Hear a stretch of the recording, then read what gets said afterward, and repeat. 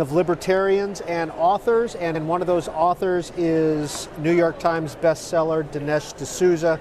His most recent book is called The Big Lie, Exposing the Nazi Roots of the American Left. Mr. D'Souza, you write in your book that if you read the Nazi platform without knowing its source, you could easily be forgiven for thinking you were reading the 2016 platform of the Democratic Party. The Nazis issued an official platform. It had, I believe, 25 points to it. And if you go down the list, you basically realize that they want a minimum wage. They want to have a national healthcare system. As you read down, you begin to realize, wait a minute, this runs against everything I've been taught. Because we've been taught, this has been an idea since World War II, that fascism is on the right. That fascism is somehow a right-wing phenomenon. Hitler was a right-winger. But when you read the Nazi platform, you realize this is collectivism. This actually bears an eerie resemblance to socialism and to a lot of the, if not the ingredients of Obama, certainly the ingredients of Elizabeth Warren, Bernie Sanders, that wing of the Democratic Party. So, very quickly, definitions of fascism, socialism, Marxism. How close are the political philosophies? Socialism refers to the workers owning the means of production. Later, communism talked about the state owning the means of production. Fascism is very similar. Fascism simply means that the state, while not owning the means of production, directs them. So state-directed capitalism, that's fascism. Modern progressivism is more like fascism than it is like socialism. Because if you think about it, let's look at Obamacare. In Obamacare, does the government own the hospitals? No. Does it pay the doctors directly? No. There are private companies that do that, but the government controls them. So modern progressivism, being state-directed capitalism, is closer to fascism than it is to socialism. You spend quite a bit of time with Benito Mussolini in your book. Why? Well, Mussolini was the founder of fascism. Many people link fascism with Hitler, but oddly enough, Hitler never called himself a fascist. If you read Mein Kampf, the word fascism almost never appears in the entire book. Hitler called himself a national socialist, and there's the word again, socialism. Hitler wanted to marry nationalism with socialism. But the key difference was that Hitler was a racist. Hitler was an anti-Semite, and he made this anti-Semitism and bigotry a central part of National Socialism. Mussolini was not a racist.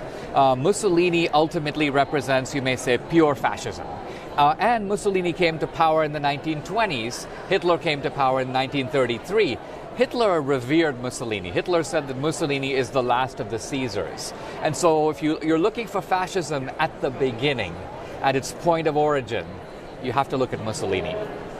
And you're saying that fascism is a left-wing political cause? Fascism was recognized to be left-wing not only by the fascists, but by the anti-fascists. And this is all at the time. Later, there was a revisionism that came in which progressive writers and historians redefined fascism and tried to move it into the right-wing column. But take Mussolini. Mussolini was the most famous Marxist in Italy. He was the leader of the Italian Socialist Party. He was the editor of its magazine. And his fascism grew out of socialism. Essentially, Mussolini goes, the prophecies of Marx are not coming true. Why? And out of that exploration, fascism grew out of Marxism. So this is actually, I'm not actually even saying anything all that controversial. This is actual undisputed history. There were dozens of original fascists in Germany, in Italy, in Spain, in England. All of them came from the left. They were from the Labour Party in England, the Socialist Party in France, the Communist Party. One of Mussolini's closest advisors was the head of the Italian Communist Party.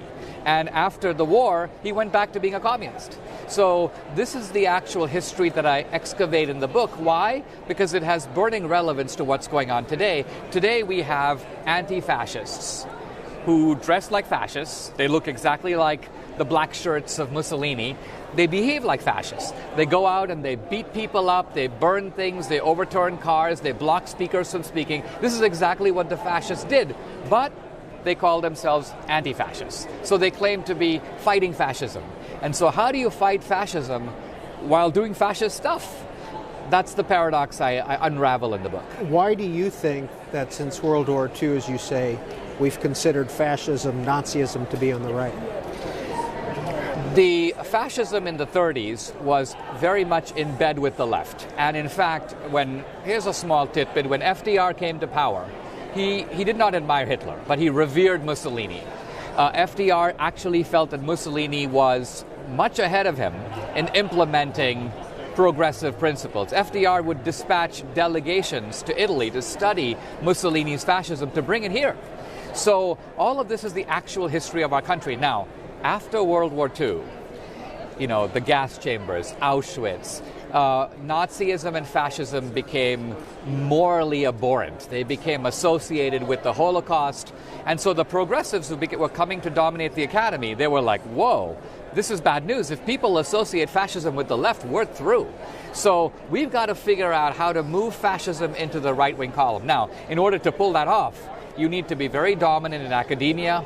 You need to be pretty dominant in the media. In other words, you have to be able to pull off a big lie. And the big lie is itself a fascist concept that was promulgated by Hitler. Hitler says that people can catch a small lie because they can compare it to their experience. But if you give them a big lie, it's really hard to get your head around it. It's so big that you don't know where to attack it. It encompasses a lot of smaller lies. So part of my expose in the book is to show that one of the biggest lies we're living with now, a fascist big lie, is that fascism is wrongly attributed to the right, whereas it has always been understood to belong on the left. You call it transference. Transference. Transference is a phenomenon in psychology in which people take things that they do and blame them on other people. Actually, Hitler did this. Hitler says that the Jews pose a threat to the world. Hitler posed a threat. The Jews are trying to take over and make everybody like them. That's what the Nazis did. When they took over, they enforced a cultural conformity across Germany. So ironically, Hitler was taking his own homicidal, destructive, power-hungry ideas and trying to foist them on a scapegoat, the Jews. We're seeing the same thing in politics today. The left is blaming the right for patterns of behavior that it itself invented and indulges in. In The Big Lie, you also have a chapter on George Soros. Yes, it's not a chapter on Soros, but it's a section on Soros, because Soros claims to be the great anti-fascist. In fact, Soros funds a lot of the anti-fascist parties. And what I do is I say, okay, well, here's some, Soros will talk about, for example, the fact that he's inspired by libertarianism, by Karl Popper and the Open Society. In reality, as you look into Soros's past, his sort of secret history, if you will, you realize that Soros, along with a mentor of his, was a kind of collection boy for Hitler. Seems harsh to say, but it's true. It was discussed by Steve Kroft in an interview with Soros, in which Kroft asked Soros, For 60 minutes, he says, you would go around confiscating the property of the Jews and turning it over to the Nazis, right? And how can you feel good about that? And Soros goes, I don't feel bad about that at all. He goes, let's remember that if I didn't do it, somebody would do it, right? Now, this gets me thinking because I remember a very powerful scene. This actually involves Joseph Mengele, the sort of killer of Auschwitz, the crazed doctor of Auschwitz. Mengele escaped after the war and went to Argentina, and one of his sons tracked him down and confronted his father and said, Dad, how could you do the things you did in Auschwitz? And guess what Mengele said? Mengele said, if I didn't do them, somebody else would have. In other words, here were these captive people, and I, as a scientist, simply saw the opportunity to make them into research specimens. So don't blame me, because the bad stuff would have gone on anyway. So here's an eerie parallel between what I would call the Mengele defense and George Soros, out of his own mouth, not as a young man. I don't blame anybody for what they did at the age of 15. But as a mature George Soros now, reflecting upon his past, there's a lot of dark secrets there. Now, Dinesh D'Souza, tell me if I'm wrong in my reading of this, but do you connect Mengele to Planned Parenthood in an arc? I connect them in this way, that the collectivists on the left have always had a problem, and that is, what do we do with disposable people? The collectivist view of society is we at the top are going to run society, but there are some disposable people we need to get rid of. Now, remember that the Nazis started not with gas chambers. They started with sterilization. And where did they get those ideas? They got them directly from the left, the American left. Why? Because the American left was in the forefront of the eugenics movement. Margaret Sanger was a sort of inspiration for the early Nazis. And in 1933, the Nazis imposed forced sterilization. Remember, the American eugenicists all supported not voluntary, but mandatory sterilization. The Nazis then moved on from that. They got the next idea was euthanasia. Where'd they get that? From the American progressives. American progressives were saying if sterilization doesn't work, euthanasia. And one of the American eugenicist leaders said, we need gas chambers. He literally advocated gas chambers, and the Nazis got it from him.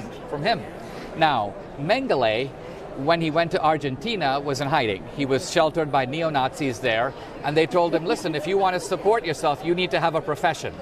Guess what was Mengele's profession? He became an abortionist. I'm not kidding. Mengele set up shop as an abortionist in South America and carried out abortions until his death by drowning. So it is not a flight of the imagination. There actually is a deep connection between the same kind of eugenic philosophy that bred Margaret Sanger on the one hand and the Nazi sterilization programs on the other. This is Dinesh D'Souza's latest book, The Big Lie, exposing the Nazi roots of the American left.